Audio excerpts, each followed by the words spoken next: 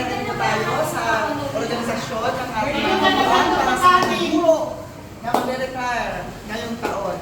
So, ayan, nakikita niyo po, busy-busy po. Next na po na mag-retire. Ayan, tingin po kayo hanggang sa...